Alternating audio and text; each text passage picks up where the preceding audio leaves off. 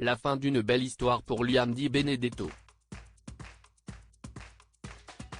Samedi 27 août, l'ancienne candidate de télé-réalité a fait une triste annonce. Elle s'est séparée de son mari Christophe Dicranian. C'est en story Instagram qu'elle a partagé la nouvelle à ses abonnés. Je vais être direct et je ne rentrerai pas dans les détails, mais Christophe et moi c'est terminé, merci de respecter notre choix.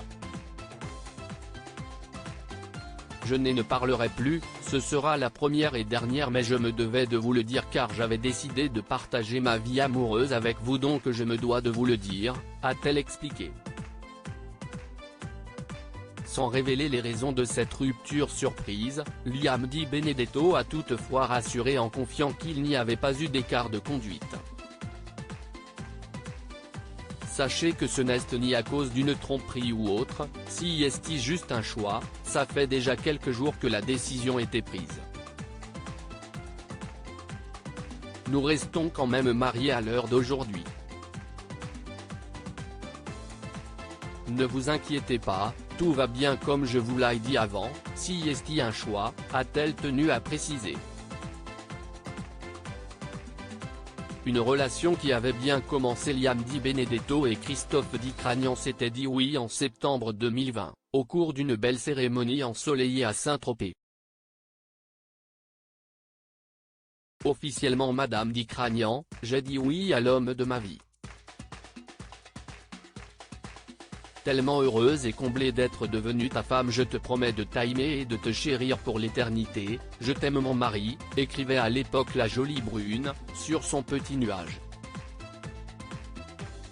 Le conte de fées s'était poursuivi lorsque Liam est tombée enceinte de leur premier enfant ensemble.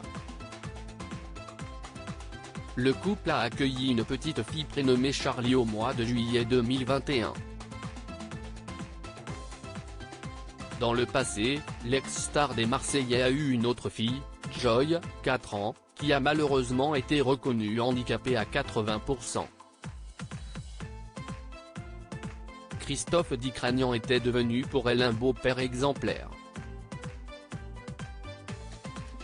Lui aussi a eu une première fille, issue d'une précédente relation, Sia.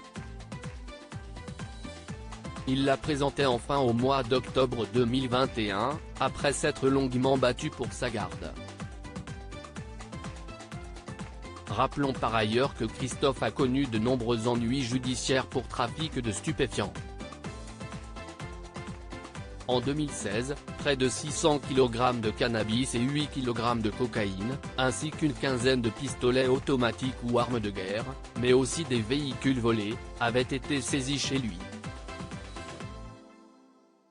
En 2019, Christophe faisait encore les choux gras après avoir été convoqué au tribunal de Nice pour avoir dirigé ou organisé un groupement ayant pour objet la production, la fabrication, l'importation, l'exportation, le transport, la détention, l'offre, la cession, l'acquisition ou l'emploi illicite de stupéfiants.